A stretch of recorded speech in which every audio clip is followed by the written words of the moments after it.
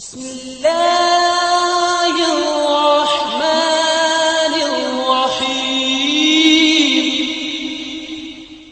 اعوذ باللہ من الشیطان الرجیم، بسم اللہ الرحمن الرحیم۔ السلام علیکم۔ آج آپ کا میزبان ڈاکٹر کاشف بشیر تفہیم القرآن سیریز کی قسط نمبر 431 کے ساتھ آپ کے سامنے حاضر خدمت ہے، جس میں ہم انشاءاللہ العزیز سورہ یاسین کی آیت نمبر 45 سے لے کر 65 تک کا ترجمہ اور تفسیر آپ کے سامنے پیش کریں گے، اور اس حصے کا موضوع ہے روز حساب۔ بسم اللہ الرحمن الرحیم۔ وَإِذَا قِيلَ لَهُمُ اتَّقُوا مَا بَيْنَ أَيْدِيكُمْ وَمَا خَلْفَكُمْ لَعَلَّكُمْ تُرْحَمُونَ۔ ترجمہ: ان لوگوں سے جب کہا جاتا ہے کہ بچو اس انجام سے جو تمہارے آگے آ رہا ہے اور تمہارے پیچھے گزر چکا ہے، شاید کہ تم پر رحم کیا جائے، تو یہ سنی انسنی کر جاتے ہیں۔ تفسیر میں آتا ہے یعنی جو تم سے پہلے کی قومیں دیکھ چکی ہیں ان کے حوالے سے اگر تم یاد کرو، اس چیز سے بچو، تو شاید تم پر رحم کیا جائے۔ وَمَا تَأْتِيهِم مِّنْ آیَةٍ مِّنْ آیَاتِ رَبِّهِمْ إِلَّا كَانُوا عَنْهَا مُعْرِضِينَ۔ ترجمہ: ان کے سامنے ان کے رب کی آیات میں سے جو آیت بھی آتی ہے، یہ اس کی طرف التفات نہیں کرتے۔ تفسیر میں آتا ہے آیات سے مراد کتاب اللہ کی آیات بھی ہیں جن کے ذریعے سے انسانوں کو نصیحت کی جاتی ہے، اور وہ آیات بھی مراد ہیں جو آثار کائنات اور خود انسان کے وجود اور اس کی تاریخ میں موجود ہیں، جو انسانوں کو عبرت دلاتی ہیں بشرطے کہ وہ عبرت حاصل کرنے کے لیے تیار ہو۔ وَإِذَا قِيلَ لَهُمْ أَنفِقُوا مِمَّا رَزَقَكُمُ اللَّهُ قَالَ الَّذِينَ كَفَرُوا لِلَّذِينَ آمَنُوا أَنُطْعِمُ مَنْ لَوْ يَشَاءُ اللَّهُ أَطْعَمَهُ إِنْ أَنْتُمْ إِلَّا فِي ضَلَالٍ مُبِينٍ۔ ترجمہ: اور جب ان سے کہا جاتا ہے کہ اللہ نے جو رزق تمہیں عطا کیا ہے اس میں سے کچھ اللہ کی راہ میں بھی خرچ کرو، تو یہ لوگ جنہوں نے کفر کیا ہے ایمان لانے والوں کو جواب دیتے ہیں، کیا ہم ان کو کھلائیں جنہیں اگر اللہ چاہتا تو خود کھلا دیتا، تم تو بالکل ہی بہک گئے ہو۔ تفسیر میں آتا ہے اس سے یہ بتانا مقصود ہے کہ کفر نے صرف ان کی عقل ہی اندھی نہیں کی بلکہ ان کے اخلاقی حس کو بھی مردہ کر دیا۔ وہ نہ خدا کے بارے میں صحیح تفکر سے کام لیتے ہیں، نہ خلق کے ساتھ صحیح طرز عمل اختیار کرتے ہیں۔ ان کے پاس ہر نصیحت کا الٹا جواب ہے، ہر گمراہی اور بد اخلاقی کے لیے ایک اندھا اور الٹا فلسفہ ہے، ہر بھلائی سے فرار کے لیے ایک گھڑا گھڑایا بہانہ موجود ہے۔ وَيَقُولُونَ مَتَى هَٰذَا الْوَعْدُ إِن كُنتُمْ صَادِقِينَ۔ ترجمہ: یہ لوگ کہتے ہیں کہ یہ قیامت کی دھمکی آخر کب پوری ہوگی، بتاؤ اگر تم سچے ہو۔ یہ لوگ کہتے ہیں۔ تفسیر میں آتا ہے توحید کے بعد اب جو دوسرا مسئلہ جس پر نبی صلی اللہ علیہ وآلہ وسلم اور کفار کے درمیان نزاع برپا تھی وہ آخرت کا مسئلہ تھا، عقیدہ آخرت۔ اس کے متعلق عقلی دلائل تو آگے چل کر خاتمہ کلام پر دیے گئے ہیں، مگر دلائل دینے سے پہلے یہاں اس مسئلے کو لے کر عالم آخرت کا ایک عبرتناک نقشہ کھینچا گیا ہے، تاکہ انہیں یہ معلوم ہو کہ جس چیز کا وہ انکار کر رہے ہیں وہ ان کے انکار سے ٹلنے والی نہیں بلکہ لامحالہ ایک روز ان حالات سے انہیں دوچار ہونا ہے۔ ما ینظرون الا صیحۃ واحدۃ تأخذهم وهم یخصمون۔ ترجمہ: دراصل یہ جس چیز کی راہ تک رہے ہیں وہ بس ایک دھماکہ ہے جو یکایک انہیں عین اس حالت میں دھر لے گا جب یہ اپنے دنیاوی معاملات میں جھگڑ رہے ہوں گے۔ یہ جو پہلی بات جو بتائی گی وہ جس کہ یہ قیامت کیسی ہے، یہ ایک دھماکہ ہے۔ فَلَا يَسْتَطِيعُونَ تَوْصِيَةً وَلَا إِلَىٰ أَهْلِهِمْ يَرْجِعُونَ۔ ترجمہ: اور اس وقت یہ وصیت تک نہ کر سکیں گے، اتنا وقت بھی نہیں ہوگا، اور اس وقت یہ وصیت تک نہ کر سکیں گے، نہ اپنے گھروں کو پلٹ سکیں گے۔ تفسیر میں آتا ہے یعنی ایسا نہیں ہوگا کہ قیامت آہستہ آہستہ آ رہی ہے، ابھی دھماکہ ہوا ہے، ابھی یہ چیز ٹوٹی ہے، ابھی وہاں تک پہنچا ہے سیلابی ریلا، ابھی ایسا ہوا، نہیں، ایسا نہیں، بلکہ وہ اس طرح آئے گی کہ لوگ پورے اطمینان کے ساتھ اپنی دنیا کے کاروبار چلا رہے ہوں گے، اور ان کے حاشیہ خیال میں بھی یہ تصور موجود نہیں ہوا کہ دنیا کے خاتمے کی گھڑی آ پہنچی، یعنی سب کچھ نارمل ہے، ایوری تھنگ از اوکے، کوئی پریڈکشن نہیں ہے، کچھ نہیں ہے، سب کچھ بالکل ٹھیک چل رہا ہے۔ اس حالت میں اچانک ایک زور کا کڑاکا ہوگا، ایک زور کا دھماکہ ہوگا، اور جو جہاں تھا وہیں دھرا کا دھرا رہ جائے گا۔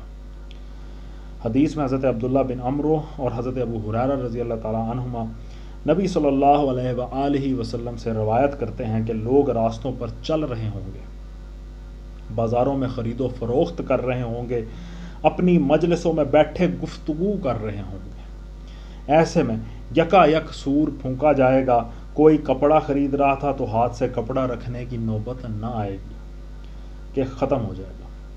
کوئی اپنے جانوروں کو پانی پلانے کے لیے حوض بھرے گا اور ابھی پلانے نہ پائے گا کہ قیامت برپا ہو جائے گی۔ کوئی کھانا کھانے بیٹھے گا اور لقمہ اٹھا کر منہ تک لے جانے کی بھی اسے مہلت نہیں ملے گی۔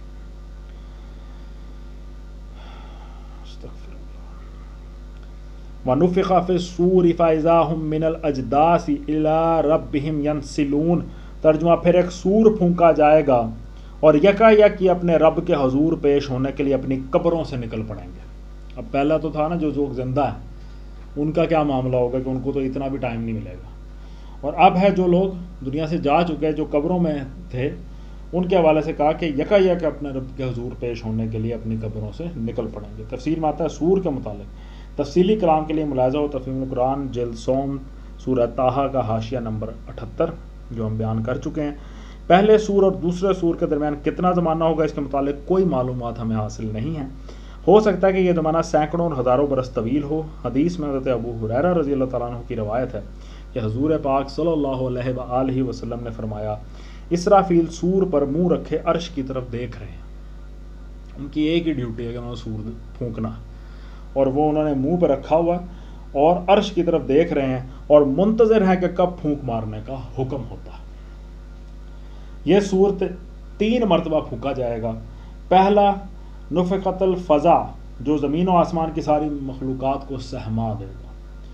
دوسرا نفخۃ الصعق جسے سنتے ہی سب ہلاک ہو کر گر جائیں گے۔ پھر جب اللہ واحد کے سوا کوئی باقی نہ رہے گا تو زمین بدل کر کچھ سے کچھ کر دی جائے گی اور اسے اکاذی بساط کی طرح ایسا سپاٹ کر دیا جائے گا، ایسا سیدھا کر دیا جائے گا کہ اس میں کوئی ذرا سی بھی سلوٹ باقی نہیں رہے گی۔ پھر اللہ اپنی خلق کو بس ایک جھڑکی دے گا جسے سنتے ہی ہر شخص جس جگہ مر کر گرا تھا اسی جگہ وہ اس بدلی ہوئی زمین پر اٹھ کھڑا ہوگا، اور یہی نفخۃ القیام اللوب قیام الرب العالمین ہے۔ اسی مضمون کی تائید قرآن مجید کے بھی متعدد اشارات سے ہوتی ہے۔ مثال کے طور پر سورہ ابراہیم میں اور سورہ طٰہٰ میں اس حوالے سے تفصیلات آئی ہیں۔ قالوا یا ویلنا من بعثنا من مرقدنا ھذا ما وعد الرحمن وصدق المرسلون۔ ترجمہ، گھبرا کر کہیں گے، ارے یہ کس نے ہمیں ہماری خوابگاہ سے اٹھا کھڑا کیا ہے۔ یہ جو جن کو مرے ہوئے تھے قبروں سے اٹھایا جائے گا وہ کہیں گے یہ وہی چیز ہے جس کا خدا رحمان نے وعدہ کیا تھا اور رسولوں کی بات سچی تھی، ہمیں انہوں نے گواہی دے دی بھائی یہ واقعی صحیح وعدہ ہوا تھا۔ تفسیر میں آتا ہے یعنی اس وقت انہیں یہ احساس نہ ہوگا کہ وہ مر چکے تھے اور اب ایک مدت دراز کے بعد دوبارہ زندہ کر کے اٹھائے گئے ہیں، بلکہ وہ اس خیال میں ہوگا کہ ہم سوئے پڑے تھے، اب یکا یک کسی خوفناک حادثے کی وجہ سے ہم جاگ اٹھے ہیں اور بھاگے جا رہے ہیں۔ افراتفری کا عالم ہے۔ اچھا، اس میں آیت کے آخر میں جس طرح ہے کہ یہ وہی چیز ہے جس کا خدا رحمان نے وعدہ کیا تھا اور رسولوں کی بات سچی تھی، اس حوالے سے تفسیر میں آتا ہے یہاں اس امر کی کوئی تصریح نہیں ہے کہ یہ جواب دینے والا کون ہوگا۔ ہو سکتا ہے کہ کچھ دیر بعد خود انہی لوگوں کی سمجھ میں معاملے کی اصل حقیقت آ جائے اور وہ آپ ہی اپنے دلوں میں کہیں کہ ہائے ہماری کمبختی، یہ تو وہی چیز ہے جس کی خبر خدا اور اس کے رسولوں نے ہمیں دی تھی اور ہم اسے جھٹلاتے تھے۔ یہ بھی ہو سکتا ہے کہ اہل ایمان ان کی غلط فہمی رفع کریں اور ان کو بتائیں کہ یہ خواب سے بیداری نہیں بلکہ موت کے بعد دوسری زندگی ہے، اور یہ بھی ہو سکتا ہے کہ یہ جواب قیامت کا پورا ماحول ان کو دے رہا ہو یا فرشتے ان کو حقیقت حال سے مطلع کریں۔ ان کانت الا صیحۃ واحدۃ فاذا ھم جمیع لدینا محضرون۔ ترجمہ، ایک ہی زور کی آواز ہوگی اور سب کے سب ہمارے سامنے حاضر کر دیے جائیں گے۔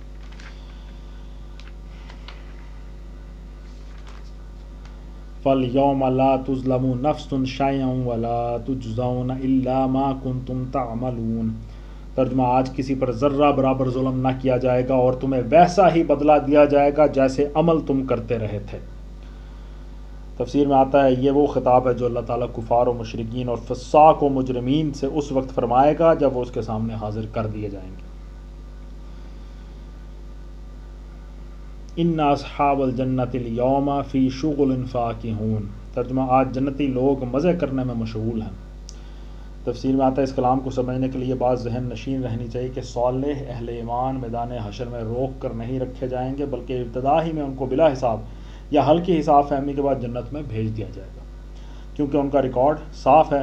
انہیں دوران عدالت انتظار کی تکلیف دینے کی کوئی ضرورت نہیں، اس لیے اللہ تعالیٰ میدان حشر میں جواب دہی کرنے والے مجرموں کو بتائے گا کہ دیکھو جن صالح لوگوں کو تم دنیا میں بے وقوف سمجھ کر ان کا مذاق اڑاتے تھے، وہ اپنی عقل مندی کی بدولت آج جنت کے مزے لوٹ رہے ہیں، اور تم جو اپنے آپ کو بڑا زیرک و فرزانہ سمجھ رہے تھے یہاں کھڑے اپنے جرائم کی جواب دہی کر رہے ہو۔ ہم وازواجہم فی ظلال علی الارائک متکئون، ترجمہ وہ اور ان کی بیویاں گھنے سایوں میں ہیں، مسندوں پر تکیے لگائے ہوئے۔ لہم فیہا فاکہۃ ولہم ما یدعون، ترجمہ ہر قسم کی لذیذ چیزیں کھانے پینے کو ان کے لیے وہاں موجود ہیں، جو کچھ وہ طلب کریں ان کے لیے حاضر ہے۔ سلام قولا من رب الرحیم، رب رحیم کی طرف سے ان کو سلام کہا گیا ہے۔ کتنے بڑے مرتبے کی بات ہے، بہت بڑی بات ہے بھائیو۔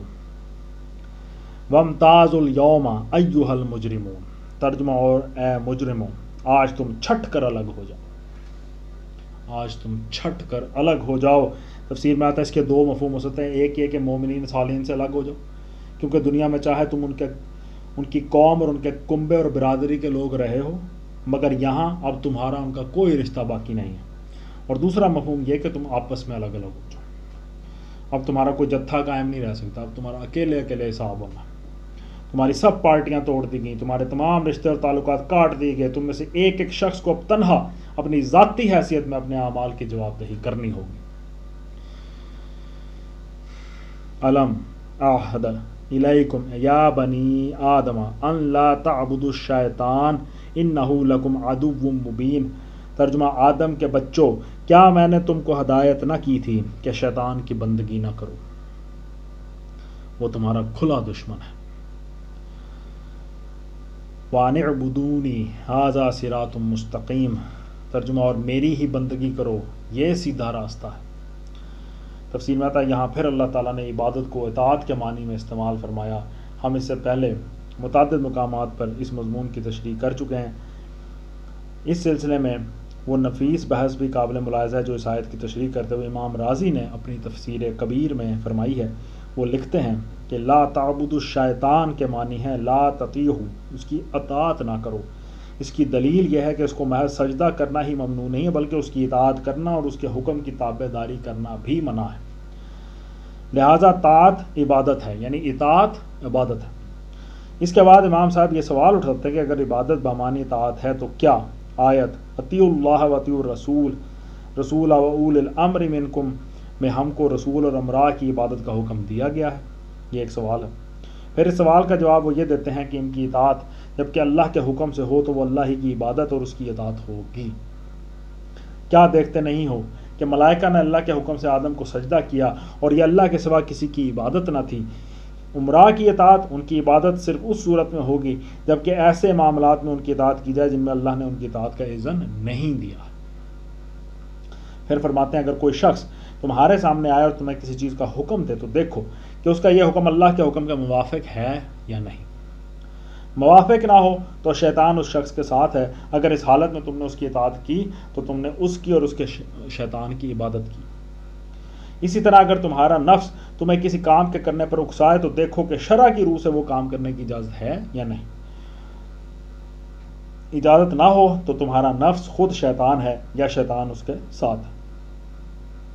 اگر تم نے اس کی پیروی کی تو تم اس کی عبادت کے مرتکب ہوئے۔ آگے چل کر وہ پھر فرماتے ہیں مگر شیطان کی عبادت کے مراتب مختلف ہیں۔ کبھی ایسا ہوتا ہے کہ آدمی ایک کام کرتا ہے اور اس کے اعضاء کے ساتھ اس کی زبان بھی اس کی موافقت کرتی ہے اور دل بھی اس میں شریک ہوتا ہے، اور کبھی ایسا ہوتا ہے کہ اعضاء و جوارح سے تو آدمی ایک کام کرتا ہے مگر دل اور زبان اس کام میں شریک نہیں ہوتے۔ بعض لوگ ایک گناہ کا ارتکاب اس حال میں کرتے ہیں کہ دل ان کا اس پر راضی نہیں اور زبان ان کی اللہ سے مغفرت کر رہی ہوتی ہے اور وہ اعتراف کرتے ہیں کہ ہم یہ برا کام کر رہے ہیں۔ یہ محض ظاہری اعضاء سے شیطان کی عبادت ہے۔ کچھ اور لوگ ایسے ہوتے ہیں جو ٹھنڈے دل سے جرم کرتے ہیں اور زبان سے بھی اپنے اس فعل پر خوشی و اطمینان کا اظہار کرتے ہیں، اعلان کرتے ہیں کہ ہم نے یہ تیر مارا ہے۔ یہ ظاہر و باطن دونوں میں شیطان کے عابد ہیں۔ ریفرنس ہے تفسیر کبیر جلد نمبر 7 صفحہ نمبر 103 سے 104۔ وَلَقَدْ أَضَلَّ مِنْكُمْ جِبِلًّا كَثِيرًا أَفَلَمْ تَكُونُوا تَعْقِلُونَ۔ ترجمہ مگر اس کے باوجود اس نے تم میں سے ایک گروہ کثیر کو گمراہ کر دیا، کیا تم عقل نہیں رکھتے تھے؟ تفسیر میں یعنی اگر تم عقل سے محروم رکھے گئے ہوتے اور پھر اپنے رب کو چھوڑ کر اپنے دشمن کی بندگی کرتے تو تمہارے لیے عذر کی کوئی گنجائش تھی، لیکن تمہارے پاس تو خدا کی دی ہوئی عقل موجود تھی جس سے تم اپنی دنیا کے سارے کام چلا رہے تھے اور تمہیں خدا نے اپنے پیغمبروں کے ذریعے سے متنبع بھی کر دیا تھا۔ اس پر بھی جب تم اپنے دشمن کے فریب میں آئے اور وہ تمہیں گمراہ کرنے میں کامیاب ہو گیا تو اپنی اس حماقت کی ذمہ داری سے تم کسی طرح بری نہیں ہو سکتے۔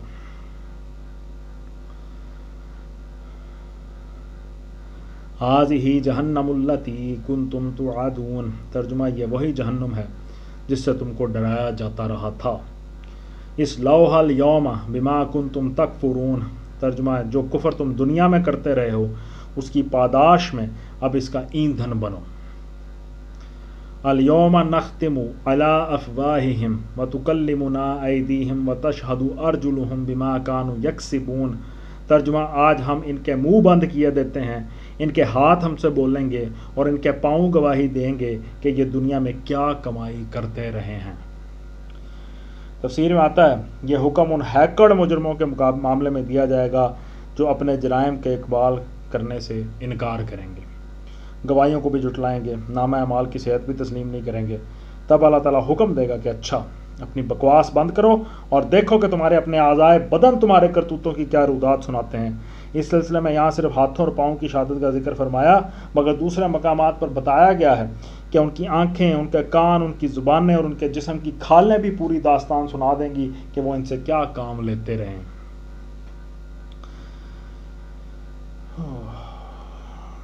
یہاں یہ سوال پیدا ہوتا ہے کہ ایک طرف تو اللہ تعالیٰ فرماتا ہے کہ ہم ان کا منہ بند کر دیں گے، دوسری طرف سورہ نور کی آیت میں فرماتا ہے کہ ان کی زبانیں گواہی دیں گی۔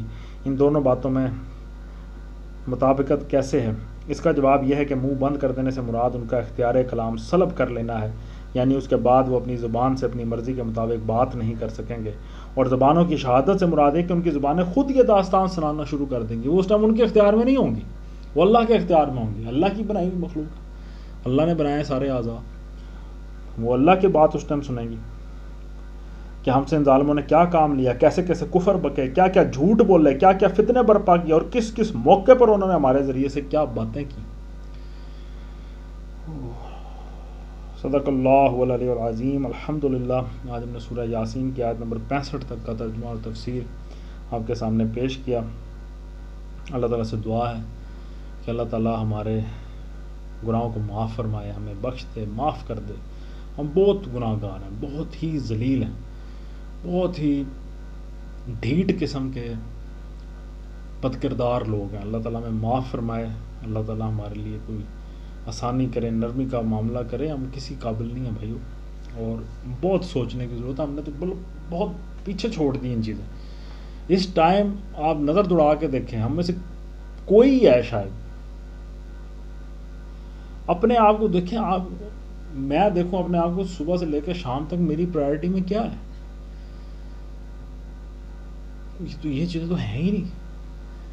اور یہ وقت آنا ہے، یہ طے ہے، یہ اٹل ہے، ہمارا ایمان ہے بھائیو کہ یہ وقت آنا ہے جب یہ سوال جواب ہونے ہیں، جب ہمیں یہ بات کا جواب دینا ہے۔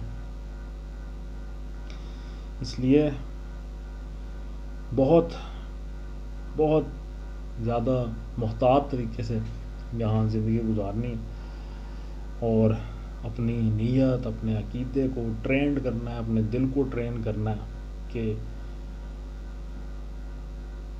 کم از کم ہم ان چیزوں کو بالکل سیدھا رکھیں اور امام راضی صاحب کی جو باتیں ہیں یہ بہت بالکل کلیئر ہیں، بڑی خوبصورت طریقے سے انہوں نے اس چیز کو ایکسپلین کیا ہے اپنی تفسیر کبیر میں، کہ جو بھی معاملہ ہے اس کو ہم نے پرکھنا ہے، جو فیصلہ کرنا ہے اس کو پرکھنا ہے کہ شرع کے اوپر کیا ہے. کوئی کچھ بتا رہا ہے اس کو پرکھیں، اور اگر وہ شرع کے مطابق ہے، اگر وہ اسلام کے مطابق ہے، اگر وہ اللہ کی بتائی ہوئی تعلیمات اس قرآن اور حضور پاک صلی اللہ علیہ وآلہ وسلم کی احادیث کے مطابق ہے تو چلنا ہے، ورنہ اس سے بچنا ہے.